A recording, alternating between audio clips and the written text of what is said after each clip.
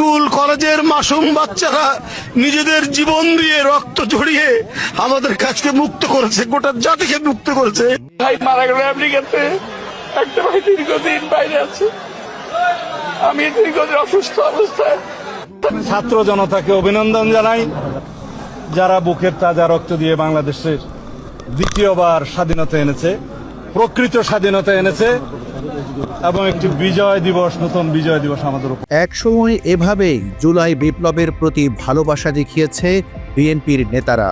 তবে এই প্রেক্ষাপট পরিবর্তন হতে খুব বেশি সময় লাগেনি। এখন বদলে গেছে নিজেদের অবস্থান। একমাত্র রাজাকাররা, পাকিস্তানপন্থীরা স্বাধীনতা যুদ্ধকে স্বীকার করে নাই। তারা এখন বলতে চায় ওই স্বাধীনতা স্বাধীনতা না, দ্বিতীয় স্বাধীনতা রয়েছে। আমি প্রথম প্রবেশ করেছি, দ্বিতীয় স্বাধীনতা বলে বাংলাদেশে কিছু নাই। স্বাধীনতা একবারই আসে এবং রক্তক্ষয়ী সংঘর্ষের মাধ্যমে আমরা স্বাধীনতা যুদ্ধ করেছিলাম এবং যুদ্ধ জয়লাভ করেছিলাম।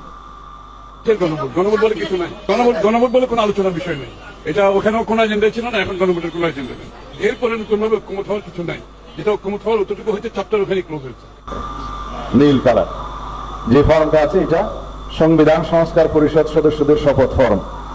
আমরা কেউ সংবিধান সংস্কার পরিষদের সদস্য হিসেবে নির্বাচিত হইনি। গণঅভ্যুত্থানের প্রথম সারির নেতা সাবেক উপদেষ্টা মাহফুজ আলম, আসিফ মাহমুদ, সজীব ভুইয়া, সার্জিস আলম, হান্নান মাসুদ সহ বেশ কয়েকজন নেতার বিতর্কিত কর্মকাণ্ড হুমকির মুখে জুলাই বিপ্লব। এরই মধ্যে সার্জিস আলমের বিরুদ্ধে অভিযোগ রয়েছে তিনি কোনো একটি এজেন্সির হয়ে কাজ করতেন। এই নিয়ে এনসিপির নেতা ও সংসদ সদস্য হাসনাত আব্দুল্লাহর সাথেও বিবাদে জড়িয়েছেন তিনি। সার্জিসের আয়েশি জীবনযাপনও চোখে পড়ার মতো। নির্বাচনে অংশ নেয়ার ঘোষণা দিয়ে নিজ এলাকা পঞ্চগড়ে শতাধিক গাড়ি নিয়ে শোডাউন করেছেন তিনি। এই নিয়ে সে সময় সামাজিক মাধ্যম সহ বিভিন্ন স্থানে শুরু হয় তুমুল সমালোচনা। কোথা থেকে এই অর্থ সংস্থান হয়েছে তার হিসেবও চান অনেকে। নানামুখী চাপের ফলে এক পর্যায়ে বেফাঁস মন্তব্য করে বসেন সার্জিস। তিনি বলেন তার দাদার যেই পরিমাণ সম্পদ আছে তা দিয়ে এমনকি একাধিক নির্বাচন আয়োজনের খরচও মেটাতে পারবেন। এমন বিতর্কিত মন্তব্যে আরও ফুঁসে ওঠেন নেটিজেনরা। মুহূর্তেই সার্জিসের পরিবারের ঠিকুজি বের করে ছড়িয়ে দেওয়া হয় সামাজিক মাধ্যমে।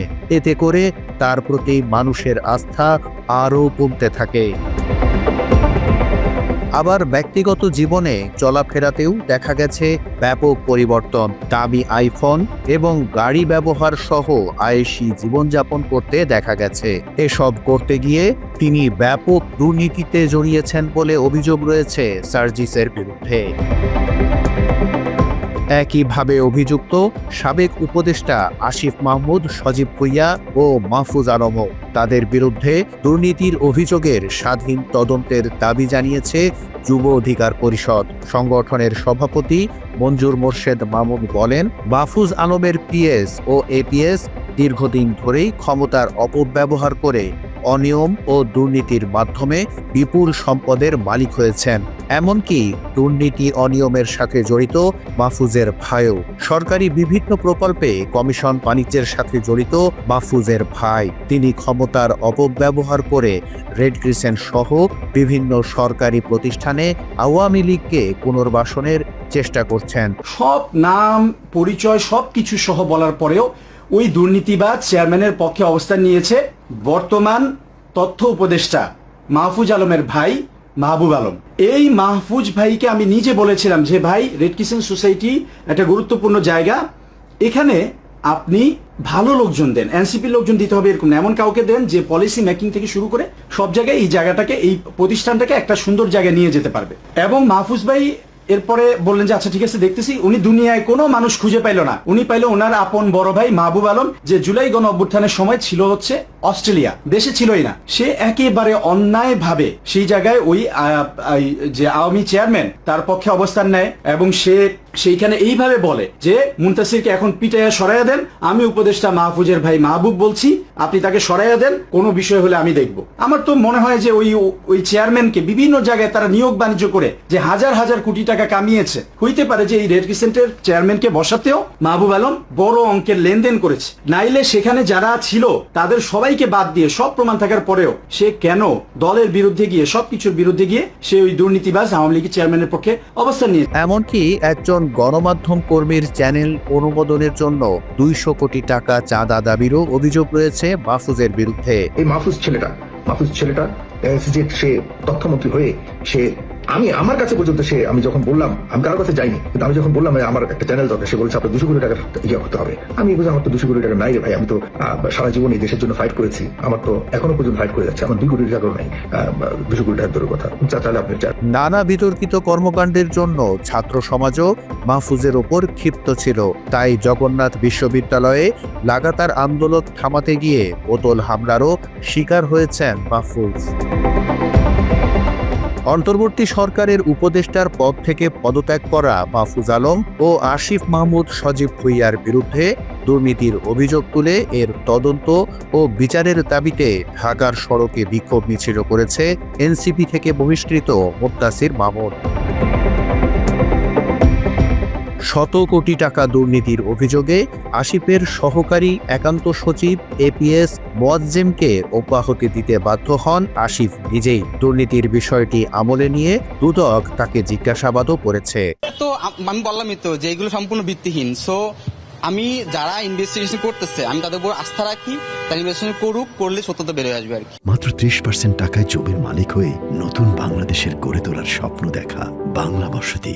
আসিফের প্রেস সেক্রেটারি মাহফুজ আলমের বিরুদ্ধেও রয়েছে সীমাহীন দুর্নীতির অভিযোগ।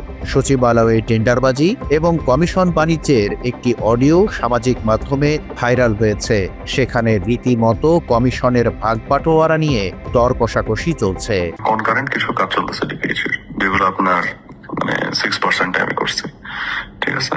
আপনি খোঁজ নেন যে এটা ওরকম করছে কিনা। হচ্ছে 1 হচ্ছে যে মিডলম্যান সে নিচ্ছে, আর 5 হচ্ছে মিনিস্ট্রির জন্য।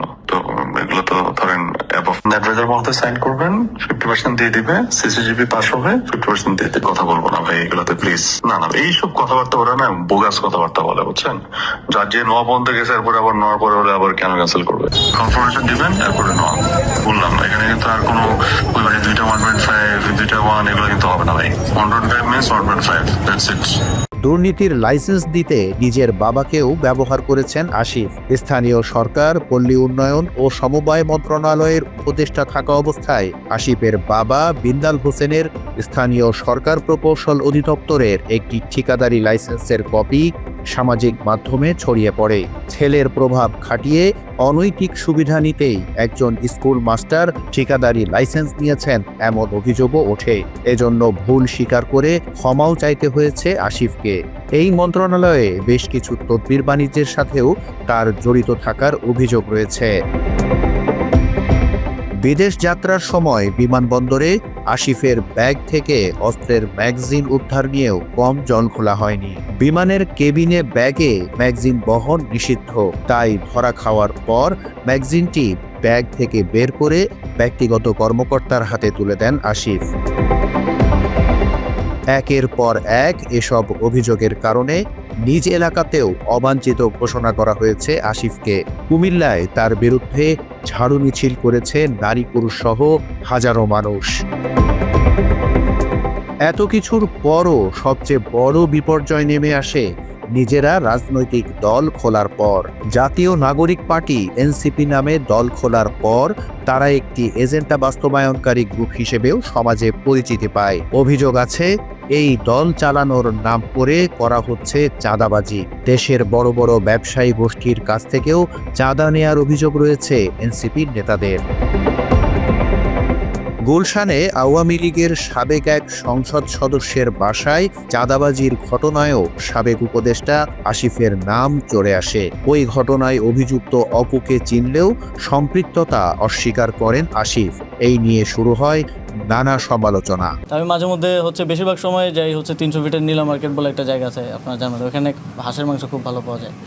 তো ওইখানে হয়তো যাই 4-5 জন মিলে। তো আবার মাঝে মধ্যে ওইটা আবার বেশি ভোর হয়ে গেলে বন্ধ থাকে, তখন ওইদিকে ওয়েস্টার্নে যাওয়া হয়। তবে এক্স্যাক্ট ওই দিন আমি গিয়েছিলাম কিনা বা সেখানে ছিলাম কিনা এটা আমার এখন দেখেন সিসিটিভি ফুটেজে হেলমেট পরা যে কাউকে যদি আমাকে বলে দাবি করা হয়, এটা কতটুকু আসলে বিশ্বাসযোগ্য। এনসিপি সহ জুলাই নেতাদের লুটপাট, চাঁদাবাজি, পকেট ভারী করার ধান্দাসহ বিতর্কিত কর্মকাণ্ডের কারণে বেহাত হতে বসেছে জুলাই বিপ্লব। এসবের পেছনে মূল ভূমিকা পালন করেছে আসিফ মাহমুদ এবং সার্জিসের মতো নেতারা। এখন বিএনপিও এর সুযোগ নিতে শুরু করেছে। তরুণ নেতাদের এমন অপকর্মকে কাজে লাগিয়ে ধীরে ধীরে জুলাই বিপ্লবকে মুছে ফেলার চেষ্টা করছে তারা। এরই মধ্যে জুলাই বিপ্লবকে তারা অস্বীকারও করতে শুরু করেছে বিএনপি। নির্বাচনে জেতার পর শপথ নেয়নি সংবিধান সংস্কার পরিষদেরও।